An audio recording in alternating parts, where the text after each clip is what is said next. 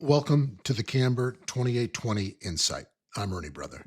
Let's spend the next few minutes looking at one biblical truth that can help us think biblically, live faithfully, and follow Christ more closely. Here's today's insight. It's titled Love the Truth.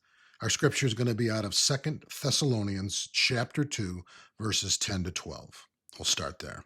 And with all wicked deception for those who are perishing, because they refuse to love the truth and so be saved, therefore, God sends them a strong delusion so that they may believe what is false. Verse 12, in order that all may be condemned who did not believe the truth, but had pleasure in unrighteousness. There's a real dangerous assumption many people make here, that deception happens because people don't know the truth. But Scripture says something far more serious. It says they refuse to love the truth. Not that they couldn't, not didn't understand, but refused. This is not an intellectual issue, it's a heart issue. The truth was available, the truth was presented, but truth was not loved. And when truth is not loved, something else takes its place, and that's pleasure in unrighteousness. That's the exchange. We see truth rejected moves towards sin enjoyed, which moves towards lies believed. And here's the sobering part. God doesn't force the lie, He confirms the choice. Scripture said God sends them a strong delusion. That doesn't mean God deceives innocent people. It means He gives people over to what they have already chosen, just like in Romans chapter 1. It said God gave them over. And later we realized to a reprobate mind, which means useless. They had useless thinking. Why? Because they didn't just reject truth, they preferred the lie. Let's bring this into today. Deception is not coming because truth is hidden. Deception is coming because the truth is unwanted. And if we're not careful, we will think this is only about, quote unquote, those people in the future.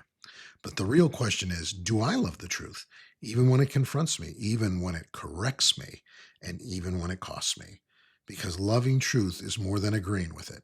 It's submitting to it. It's choosing it over comfort, choosing it over culture, choosing it over self. Our pressure point is, if I only accept truth when it aligns with what I want, I don't love truth, I'm using it. And here's our load. So what now? Our load: learn, obey, apply, and disciple. Learn. Truth must not only be known, it must be loved, according to John chapter 17, verse 17. Obey. Submit to truth even when it exposes or corrects, according to James chapter 1, verse 22. Apply. Ask daily, am I choosing truth or just what feels right? D, disciple. Encourage others not just to know truth, but to love and live it, according to 2 Timothy chapter 4, verses 3 to 4.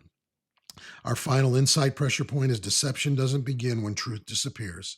It begins when truth is rejected. Love the truth, or you will eventually believe the lie. If you want a more detailed analysis of this scripture and the first 12 scriptures of 2 Thessalonians chapter 2, listen to the sidebar entitled Left Behind Due to Lack of Love. Thank you. I love you for listening. Be well.